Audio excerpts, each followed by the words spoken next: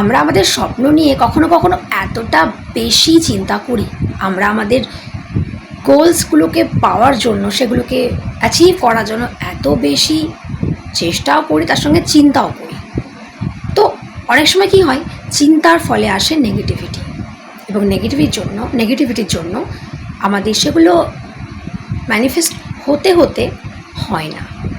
তাই over thinking বন্ধ করতে হবে, চিন্তা করাই ছেড়ে দিতে হবে। লেট গো মানে ছেড়ে দাও তাকে। তুমি হাত যত মুঠো করে রাখবে ততই সেটা আর আসবে না, তোমারকে চাপা পড়ে যাবে। এই রকমই হয়, তাই ছেড়ে দিতে হয়। নিজের ডিজায়ারগুলোকে ছেড়ে দাও, হালকা হয়ে যাও ভেতরে। নিজের মাইন্ডের মধ্যে কোনো চাপ রেখো না, নিজের মনের মধ্যে কোনো চাপ রেখো না, চিন্তা রেখো না। একটা এমন স্টেট অফ মাইন্ডে চলে আসো যেখানে তুমি কাম, যেখানে তুমি চিল করছো, যেখানে তোমার কিছু যায় আসে না। দেখো, স্বপ্নগুলো ইম্পর্টেন্ট সবার হয়, কিন্তু এমন স্টেট অফ মাইন্ডে থাকতে হবে যেখানে সেটাই সমস্ত কিছু না হয়ে দাঁড়ায়। স্বপ্ন সবার ইম্পর্টেন্ট, কিন্তু তার থেকেও ইম্পর্টেন্ট তুমি, তোমার লাইফ, তোমার খুশি থাকা। তাই সেগুলোকে এতটাও তার প্রতি ইনভলভ হয়ে যেও না তার মধ্যে যে তোমার মনে হয় যে ওটা না পেলে আমার জীবন শেষ। এমনটা কখনো হয় না। ইনফ্যাক্ট কোনো কিছুর জন্যই তোমার জীবন থেমে থাকে না।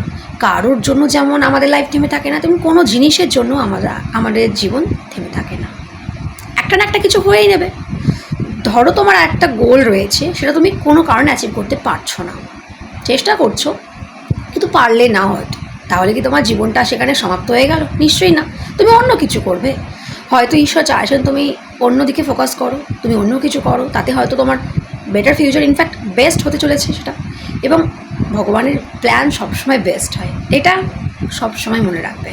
তাই চিন্তা করা বন্ধ করে দাও, কেয়ার ফ্রি মাইন্ডের হয়ে যাও। যে যাই হোক, আমার কেয়ার করে না, আমি কিন্তু কেয়ারই করি না, আমার যায় আসে না।